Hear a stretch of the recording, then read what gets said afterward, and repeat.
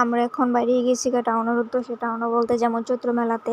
তো এতদিন তো আর যাওয়া হয়েছে না, যাবো যাচ্ছি করতে করতে আর যাওয়া হয়েছে না। টাউন থেকে প্রায় দিন ঘুরে আইবে সারে টাউনে এদিকে এত পরিমাণে ভিড়, বাইক সামনে নেওয়ার মতন পরিস্থিতি নাই। যেখানে কই এই জায়গাটা যাইতে আধা ঘন্টা লাগবে, এর থেকে ভালো বাইকটা সাইডে রেখে আমরা হাইটে এই জায়গাটা জায়গা।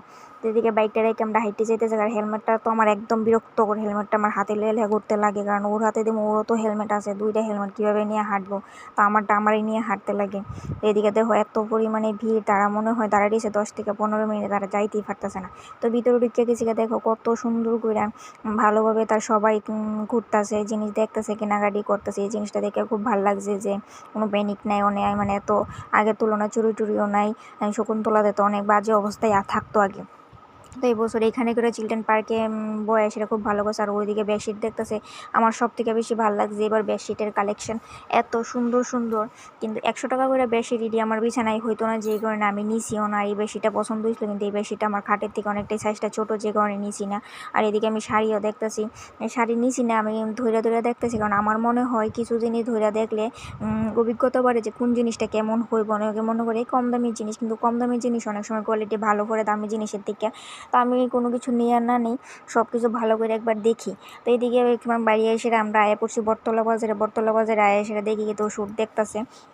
অনেকেই মনে করে হ্যাঁ বটতলা বাজার থেকে এই জিনিসটি আনছে, মা কী অবস্থা, ভালো হইতো না। কিন্তু আমি মনে করি টাউন থেকে বটতলা বাজারের মানে কাপড় চোপড় সব কিছু কোয়ালিটি কারণ খুবই ভালো। আর এদিকে দেখো বেডশিটের কালেকশন তো প্রচুর, আমার এই জিনিসটা খুব ভালো লাগছে। আর এদিকে শার্ট মাত্র 100 টাকা 150 টাকা বেশি ও শার্ট দেখতেছি, কিন্তু ও শার্ট নিছে না। অনেকে দেখলো মা বটতলা বাজার থেকে নিছে, আমরা টাউন থেকে আনি, মলের থেকে আনি। কিন্তু মলের থেকে টাউনের থেকে আমি মনে করি বটতলা বাজারে এখন তো খুবই ভালো। আগে হয়তো বা একটু অন্যরকম আসলে, কিন্তু এখন তো খুবই ভালো, কারণ আমি নিজেও যাই। তো এইদিকে বালিশের কভারও খুব কমে ব্যস্ত আছে। এদিকে আমি কুর্তি দেখতেছি। আর এই ভিডিওটা আমি অ্যাড করছি, কারণ এই ভিডিওটা আমি আবার পরের দিন গেছিলাম বটতলাতে। তো এই ভিডিওটা পরে আরেকটা পার্ট হয়ে যাবো, যে কোনো একটা ভিডিওর মধ্যে আমি সব কিছু দেখাইতেছি। আর এদিকে আমি বালিশের কভারও দেখাইতেছি। প্রাইসের তুলনা বালিশের কভার বেডশিট খুবই ভালো আছিল। তো এদিকে আমি বালিশের কভারও নিয়ে নিছি, কারণ সবসময় এটি নেওয়া হয় না। আর এদিকে বেডশিটটা দেখছেন, এই বেডশিটটা ছোটো, যে কারণে একটা নিচে এই বেডশিটটা নিয়ে পরের দিন আবার রিটার্ন করতে লাগছে। আর এদিকে এই সবুজ বেডশিটটা, রেড কালার বেডশিটটা এটি আমি নিয়ে নিছি। তো এই সবুজ কালার বেডশিটটা আমি আজকে বিছাইও লাইছি। তো আমি এই ভিডিওটা নেক্সট ডে শেয়ার করুন। তো এদিকে অনেকটি বেডশিটই নিয়েছি। আর এদিকে মশারি দেখতেছে, আমি তেমন মশারি গরমের দিনে টানাই না, কারণ পাখার বাতাসটা একটু কমই লাগে, যে কারণে মশারি আমি দিই না।